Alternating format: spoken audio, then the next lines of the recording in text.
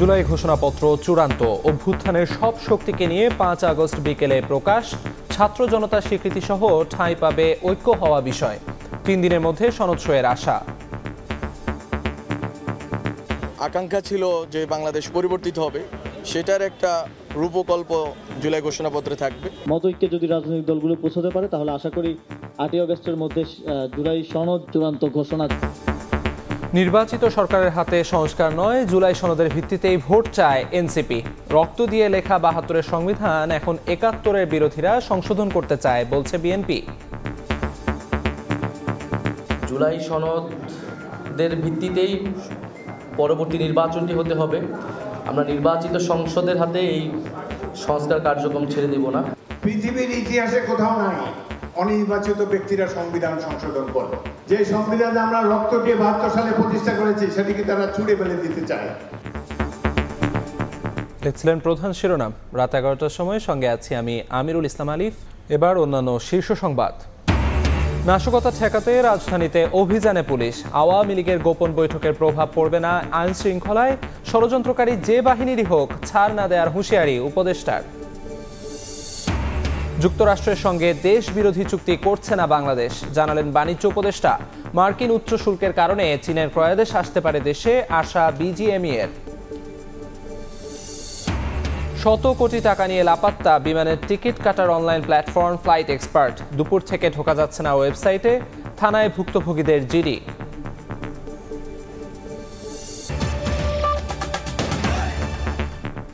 জুলাই ঘোষণাপত্র চূড়ান্ত করেছে অন্তর্বর্তী সরকার। 5 আগস্ট বিকেলে 5টায় অভ্যুত্থানের সব পক্ষের উপস্থিতিতে ঘোষণাপত্র প্রকাশ করা হবে বলে জানিয়েছে প্রধান উপদেষ্টার কার্যালয়।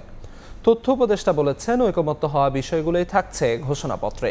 5 আগস্টের মধ্যে সব দল জুলাই সনদে সই করবে বলেও আশা তার। এদিকে রাজনৈতিক দলগুলোর বোঝাপড়ার ভিত্তিতে 8 আগস্টের আগে জুলাই সনদ চূড়ান্ত হওয়ার আশা যুব ও ক্রীড়া উপদেষ্টার। জুলাই অভ্যুত্থানের রাষ্ট্রীয় ও সাংবিধানিক স্বীকৃতি আর ঘোষণাপত্রের দাবি দীর্ঘদিন ধরেই জানিয়ে আসছিল বিভিন্ন পক্ষ। এ নিয়ে রাজনৈতিক মহলেও ছিল নানা জল্পনা কল্পনা। মতামত নেওয়া হয় দলগুলোর কাছ থেকেও। শনিবার দুপুর 1টার পর প্রধান উপদেষ্টার কার্যালয় থেকে জানানো হয়, জুলাই ঘোষণাপত্রের খসড়া চূড়ান্ত করেছে অন্তর্বর্তী সরকার।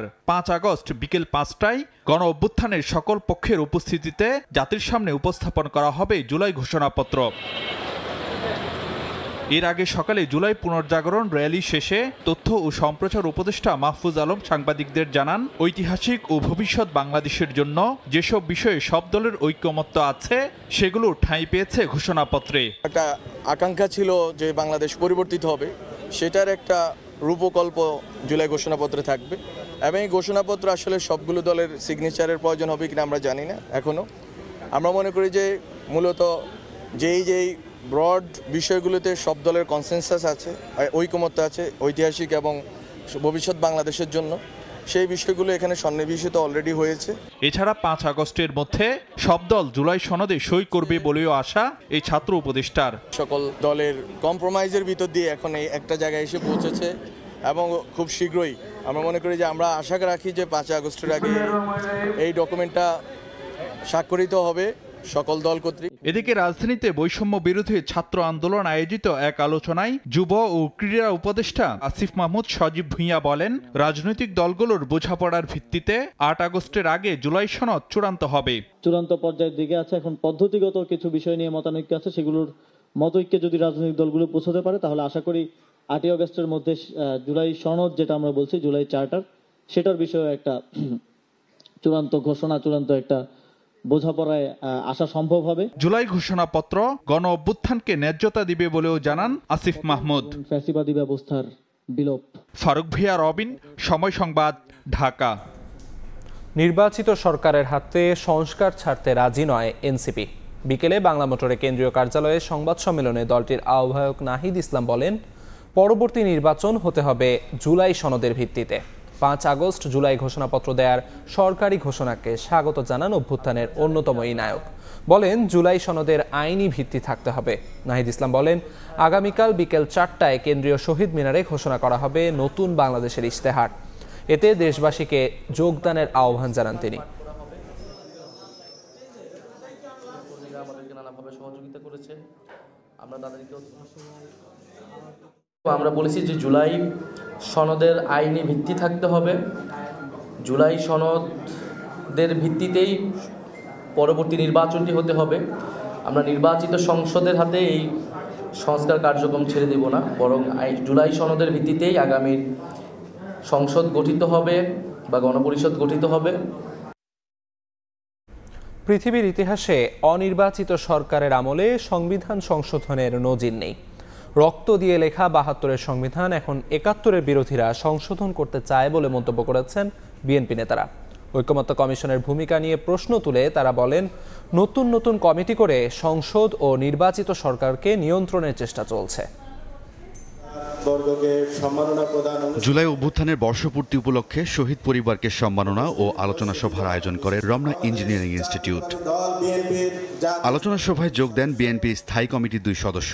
AZM জাহিদ হোসেন বলেন, নির্বাচন পেছানোর চেষ্টাকারীরা সফল হবে না। কোন অবস্থাতেই বিশৃঙ্খলা দিয়ে আগামী জাতীয় নির্বাচনকে পিছিয়ে দেওয়ার ষড়যন্ত্র যারা করছেন তারা কামিয়াবি হবেন না।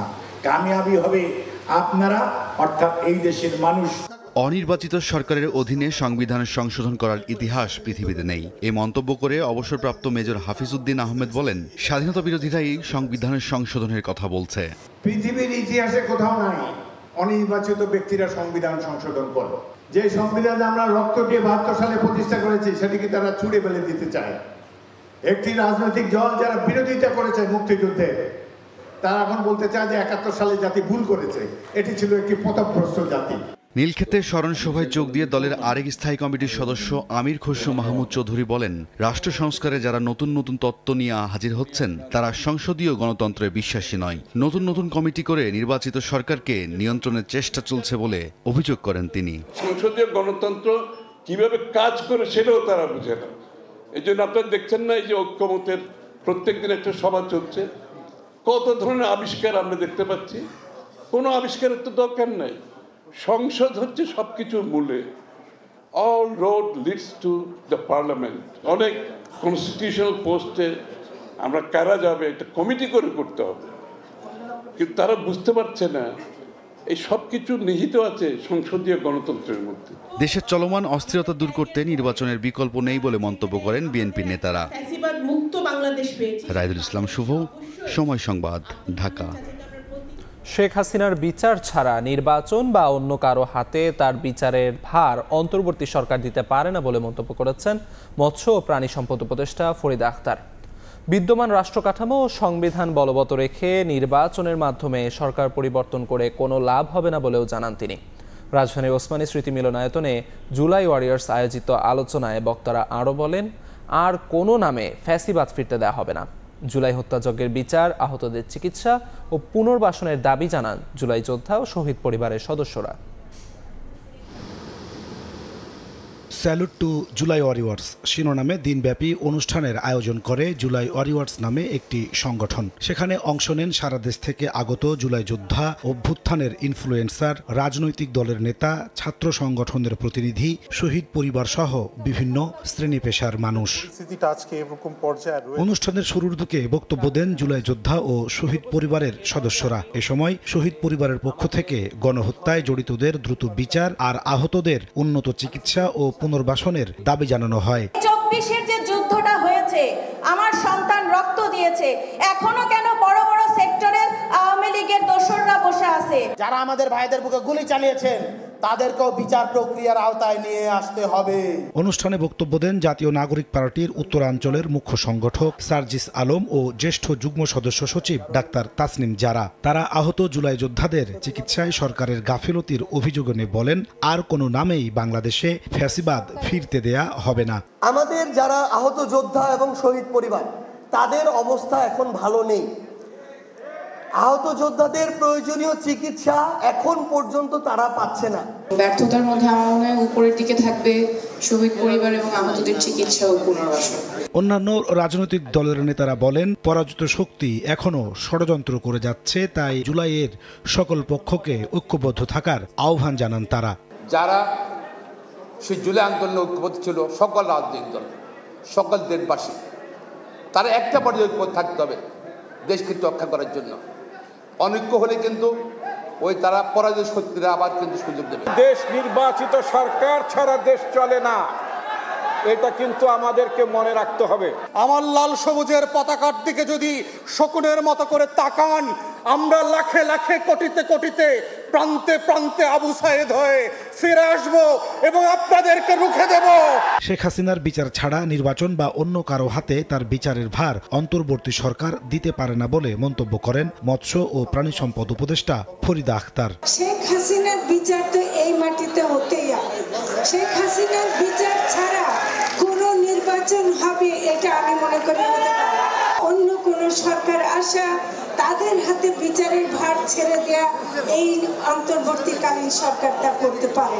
অনুষ্ঠানে আহত শিক্ষার্থী জুলাই যোদ্ধাদের হাতে শিক্ষাবৃত্তি তুলে দেওয়া হয়। এছাড়া 50 জন আহতকে অটোরিকশা দেওয়ার ঘোষণা দেওয়া হয়। নাজমুস সালেহী, সময় সংবাদ, ঢাকা। রাত 11টার সময় আরও থাকছে। এবার ভারত থেকে চাঁপাইনবাবগঞ্জে ভেসে এলো 2 বাংলাদেশির মরদেহ। 2 জনের লাশ অ্যাসিড দিয়ে পোড়ানো, বিএসএফ এর বিরুদ্ধে হত্যার অভিযোগ স্বজনদের। আগস্ট ঘিরে নাশকতা ঠেকাতে রাজধানীতে অভিযান চলছে বলে জানিয়েছে পুলিশ। এদিকে কার্যক্রম নিষিদ্ধ আওয়ামী লীগের গোপন বৈঠকের প্রভাব আইন শৃঙ্খলায় পড়বে না বলে জানিয়েছেন স্বরাষ্ট্র উপদেষ্টা। বলেন, ষড়যন্ত্রে যে বাহিনীরই লোক যুক্ত থাকুক না কেন, কোনো ছাড় পাবে না। জুলাই আন্দোলনে রায়ের বাজার বধ্যভূমিতে গণকবরে শায়িত 114 শহীদের পরিচয় শনাক্তের ব্যবস্থা নেওয়া হয়েছে বলেও জানান উপদেষ্টা। জুলাই আন্দোলনে শহীদদের গণকবর জিয়ারত করতে শনিবার সকালে রায়ের বাজার বধ্যভূমিতে স্বরাষ্ট্র উপদেষ্টা জাহাঙ্গীর আলম চৌধুরী জানালেন, শহীদদের লাশ শনাক্তে ব্যবস্থা নেওয়া হয়েছে। গণকবর সৃষ্টির নেপথ্যে থাকা সবাইকে আইনের আওতায় আনার হুঁশিয়ারি তার। যারা উত্তরসূরি রেখে গেছেন তাদের ভিতরে একটা ছিল যে কেউ চাচ্ছিল এটা শনাক্ত করো, কেউ চাচ্ছিল না। এখন তারা মোটামুটি নাকি রাজি হয়েছে।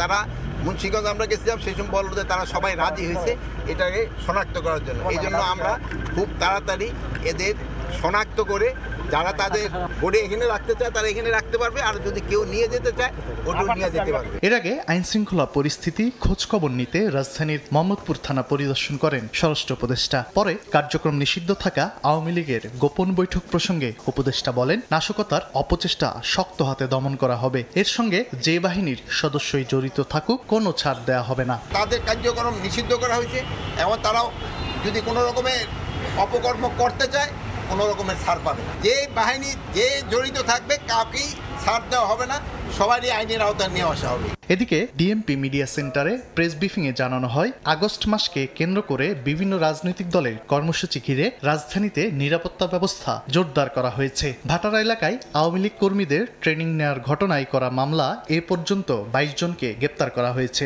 এই মামলায় ইতিমধ্যে 22 জনকে গ্রেফতার করা হয়েছে। আবাসিক হোটেল বা কোনো মেস, কিছু বস্তি এলাকা আছে বা যেগুলো যেখানে হয়তো বা এই ধরনের তৎপরতা চলতে পারে, যেটা নাশকতা, তো এই ধরনের প্রত্যেকটা জায়গায় কিন্তু আমরা কাজ করছি এবং প্রত্যেকটা চিরুনি অভিযান চলতেছে। গুলশানে চাঁদাবাজির মামলায় অপু নামে আরও একজনকে গ্রেপ্তার ও চাঁদার টাকায় কেনায় মোটরসাইকেল উদ্ধার করার কথাও জানানো হয় ব্রিফিংয়ে।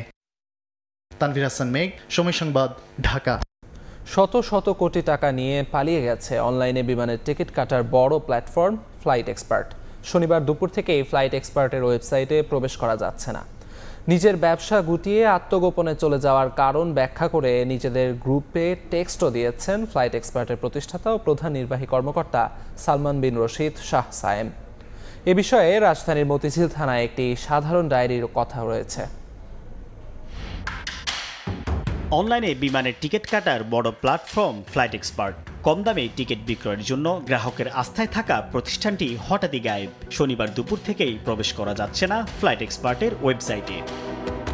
সামাজিক যোগাযোগ মাধ্যমে ছড়িয়ে পড়ে শত শত কোটি টাকা নিয়ে ফ্লাইট এক্সপার্টের মালিকের পালিয়ে যাওয়ার গুঞ্জন। সেই সঙ্গে ছড়িয়ে পড়ে একটি স্ক্রিনশট, যেখানে দেখা যায় ব্যবসা গুটিয়ে আত্মগোপনে চলে যাওয়ার কারণ ব্যাখ্যা করে নিজেদের গ্রুপে টেক্সট দিয়েছেন ফ্লাইট এক্সপার্টের প্রতিষ্ঠাতা ও প্রধান নির্বাহী কর্মকর্তা সালমান বিন রাশিদ শাহ সায়েম।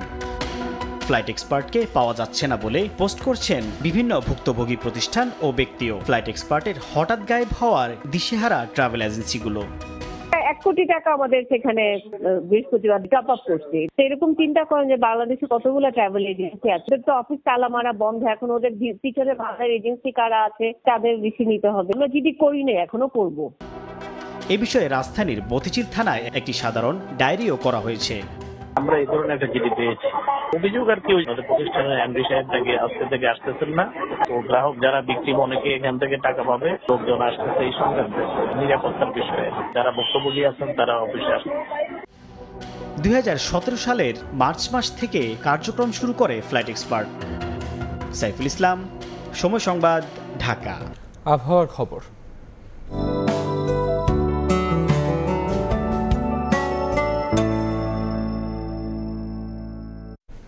দেখে নেব আজকের বাতাসের মানসূচক। বায়ুমান বিষয়ক সংস্থা আইকিউ এয়ারের সূচক অনুযায়ী আজকের বাংলাদেশের বাতাসের মান: ঢাকা বিভাগে বায়ুর মান 98, যা সন্তোষজনক, বাতাসের আর্দ্রতা 84%। চট্টগ্রাম বিভাগে বায়ুর মান 71, যেটি সন্তোষজনক, বাতাসের আর্দ্রতা 90%। রাজশাহী বিভাগে বায়ুর মান 119, যা সহনীয়, বাতাসের আর্দ্রতা 84%। সিলেট বিভাগে বায়ুর মান 77, এটি সন্তোষজনক, বাতাসের আর্দ্রতা 95%। খুলনা বিভাগে বায়ুর মান 94, যা সন্তোষজনক, বাতাসের আর্দ্রতা 89%। বরিশাল বিভাগে বায়ুর মান 88, এটিও সন্তোষজনক, বাতাসের আর্দ্রতা 86%। রংপুর বিভাগে বায়ুর মান 99, যেটি সন্তোষজনক, বাতাসের আর্দ্রতা 87%। ময়মনসিংহ বিভাগে বায়ুর মান 90, এটিও সন্তোষজনক, বাতাসের আর্দ্রতা 91%। সারা দেশে বায়ুর মান সবচেয়ে ভালো চট্টগ্রাম 71, সারা দেশে বায়ুর মান সবচেয়ে খারাপ রাজশাহীতে 119। যুক্তরাষ্ট্রের সঙ্গে দেশ বিরোধী কোনো চুক্তি করছে না বাংলাদেশ। বাণিজ্য চুক্তি হওয়ার পর সম্মতির ভিত্তিতে তথ্য প্রকাশ করা হবে বলে জানান বাণিজ্য উপদেষ্টা। ওয়াশিংটনে গণমাধ্যম কর্মীদের সঙ্গে আলাপকালে তিনি আরও বলেন, পাল্টা শুল্ক কমলেও আত্মতুষ্টির সুযোগ নেই। যুক্তরাষ্ট্রের সঙ্গে হতে যাওয়া বাংলাদেশের বাণিজ্য চুক্তিকে বলা হচ্ছে নন ডিসক্লোজার এগ্রিমেন্ট, অর্থাৎ চুক্তির বিষয়বস্তু প্রকাশ করা যাবে না। এ চুক্তি কতটা দেশের স্বার্থ সমুন্নত রাখবে তা নিয়ে চলছে আলোচনা সমালোচনা। শুল্ক বিষয়ক দিন দরবারে যুক্তরাষ্ট্রে অবস্থান করা বাণিজ্য ও বিমান উপদেষ্টা শেখ বশির উদ্দিন জানান, 35% থেকে পাল্টা শুল্ক 20 ভাগে নেমে এলেও আত্মতুষ্টির কোনো সুযোগ নেই। যেগুলো দেশের স্বার্থ বিরোধী ইনডাইরেক্টলি হতে পারে, সেসব জিনিস আমরা আলোচনার মাধ্যম দিয়ে আমরা সেখান থেকে বের হয়ে এসে চুক্তিটা সম্পাদিত হওয়ার পরে আমাদের একটা জয়েন্ট স্টেটমেন্ট হয়তো খুব শীঘ্রই আসবে। উপদেষ্টা জানান, দুদেশের বাণিজ্য ঘাটতি কমিয়ে আনতে $2 বিলিয়ন কৃষি পণ্য আমদানি ও বেসরকারি খাতকে এগিয়ে নিতে চায় সরকার। আমরা যদি প্রতিযোগিতার মূলক মূল্যে আমাদের কৃষি পণ্যের সংস্থান করতে পারি, তাহলে আমাদের ভোক্তাদের আমরা যৌক্তিক মূল্যে পণ্য দিতে পারবো। আকাশপথের যাত্রীর চাপ হিসেবে 25টি বিমান কিছুই না জানিয়ে উপদেষ্টা আরো বলেন, বাংলাদেশ বিমানের সক্ষমতা বাড়াতে পরিবর্তন আসছে আইন ও বিধিতে।